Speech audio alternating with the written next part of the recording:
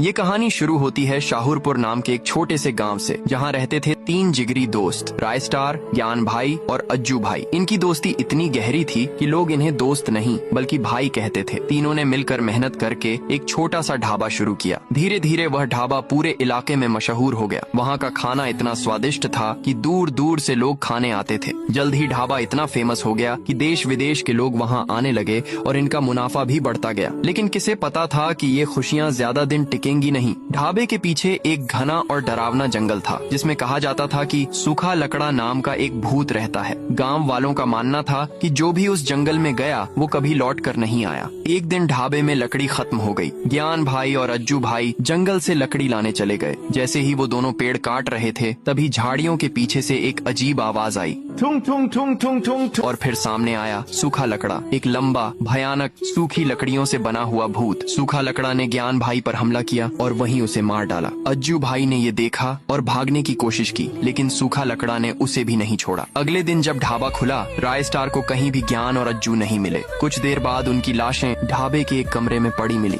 रायस्टार का दिल टूट गया। उसके 2 सबसे अच्छे दोस्त अब नहीं रहे। अब ढाबा अकेले रायस्टार संभाल रहा था। एक रात जब होटल में भीड़ थी, तभी सूखा लकड़ा वहाँ आया और पूरे ढाबे को तहस नहस कर दिया। इसके बाद रायस्टार ने ढाबा बंद कर दिया। लेकिन अब रायस्टार को सिर्फ एक ही चीज चाहिए थी, बदला। वो एक फैक्ट्री में दिन रात मेहनत करने लगा, पैसे इकट्ठा किए और एक जादुई कुल्हाड़ी खरीदी, जिसके बारे में कहा जाता था कि इससे अब तक कोई भी भूत जिंदा नहीं बचा। रायस्टार उस खौफनाक जंगल में गया, जहाँ उसे जगह जगह मरी हुई लाशें दिखीं, लेकिन उसने डर को खुद पर हावी नहीं होने दिया। रायस्टार चिल्लाया, सूखा लकड़ा, अगर हिम्मत है तो सामने आ। तभी की आवाज ठुंग ठुंग ठुंग ठुंग ठुंग ठुंग ठुंग आवाज गूंजी और सामने आया वही भूत, लंबा, डरावना, सूखी लकड़ियों से बना हुआ। रायस्टार ने कहा, तूने मेरे भाइयों को मारा, अब तेरा अंत तय है। दोनों के बीच भयानक युद्ध हुआ। अंत में रायस्टार ने जादुई कुल्हाड़ी से सूखा लकड़ा को काट डाला। इसके बाद रायस्टार अपने ढाबे में लौटा। ढाबा फिर से खुला, पहले से भी ज्यादा लोग आने लगे। सब कुछ फिर से ठीक हो गया। लेकिन कहानी यहीं खत्म नहीं होती।